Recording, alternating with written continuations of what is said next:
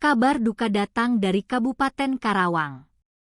Seorang buruh harian lepas berinisial C, berusia 32 tahun, ditemukan meninggal dunia dalam kondisi mengenaskan saat berkendara sepeda motor di Jalan Dusun Kedung Waringin, Desa Kutapohaci, Kecamatan Ciampel, pada Kamis, 30 April 2026 sore. Korban diduga kuat menjadi korban jeratan benang saat sedang melintas di jalan raya.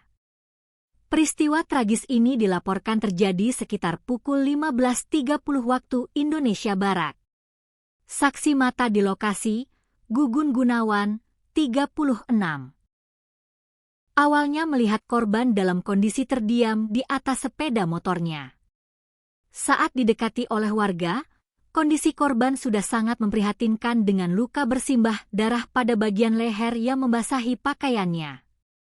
Saksi lain di lokasi kejadian mengungkapkan bahwa korban sempat berteriak minta tolong dan mengatakan bahwa dirinya terkena benang sebelum akhirnya tidak sadarkan diri. Pernyataan ini disampaikan langsung oleh Kasih Humas Polres Karawang, Ibda Cep Wildan, pada Jumat, 1 Mei 2026.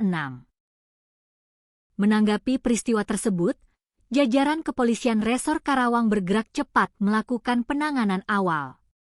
Tim Inafis telah diturunkan untuk melakukan olah tempat kejadian perkara, TKP, serta memeriksa keterangan dari sejumlah saksi di lapangan.